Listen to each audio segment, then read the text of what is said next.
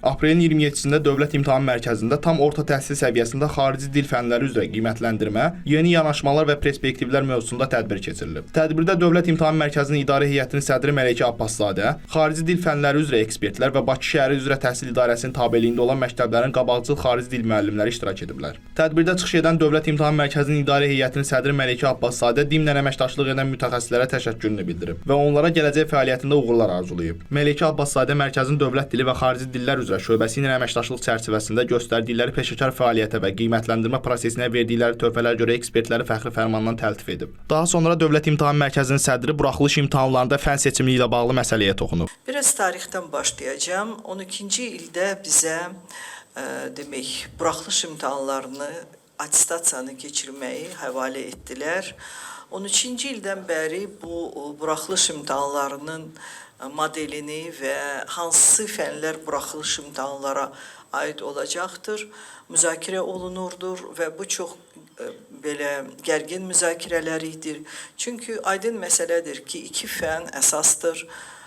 Tədris dilini bilməyən və tədris dilində oxuyub anlamağı bacarmayan şəxs ümumiyyətlə heç bir fən üzrə demək, nəticə əldə edə bilməz. Və ikinci bir fən riyaziyyatdır. Bəs üçüncü fən hansı olmalıdır? Təkliflər müxtəlif idir və sözün doğrusu üçüncü fənni xarici dil olmağını mən bunun əleyhinə idim. Bunun qarşısına o zamanki Təhsil Naziri demək, Mikayıl Cabbarov etiraz etdi və onlar sifarişçidirlər, onlar bizə bu imtahanı sifariş verirlər və tələb etdi ki, yox, xahiş edirik, xarici dili keçirin. Sözün doğrusu, mən inanmırdım ki, mən indi deyə bilərəm ki, o zaman mən səhv fikir, bu mənim səhvim idir ki, mən buna inanmırdım ki, biz qısa bir zamanda burada hansısa nəticələrə nail ola biləcəyik. Və zaman onu göstərdi ki, o qərar düzgün qərar idi. Faktiki olaraq necə ki, riyaziyyat və informatika müasir dünyada hər bir gənc üçün o bir haçardır ki, müxtəlif qapıları aça bilir. Eyni zamanda da xarici dilin də bilməyi hər bir gənc üçün bu da əlavə bir haçardır.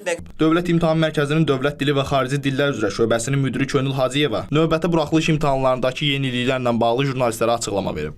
Yeni imtahan modelinə əlavə olunmuş tapşırıq nümunəsini nəzərə alaraq biz eyni zamanda ümumi imtahan vaxtına əlavə vaxtın verilməsini də nəzərdə tutmuşuq. Əlavə vaxt dedikdə biz 15 dəqiqə deyirik, amma eyni zamanda yekun attestasiya bilirsiniz ki, müvafiq qaydalara əsasən keçilir və həmin qaydalarda o düzəlişin olunması üçün Dövlət İmtahan Mərkəzi layihə təqdim etmişdir. Bilirsiniz ki, bu bir prosesdir, Nazirlər Kabinetində təsdiq olunmalıdır. Həmin məsələ təsdiq olunduğu təqdirdə biz ümumi imtahan blokuna 15 dəqiqə vaxt əlavə olunmasını nəzərdə tutmuşuq.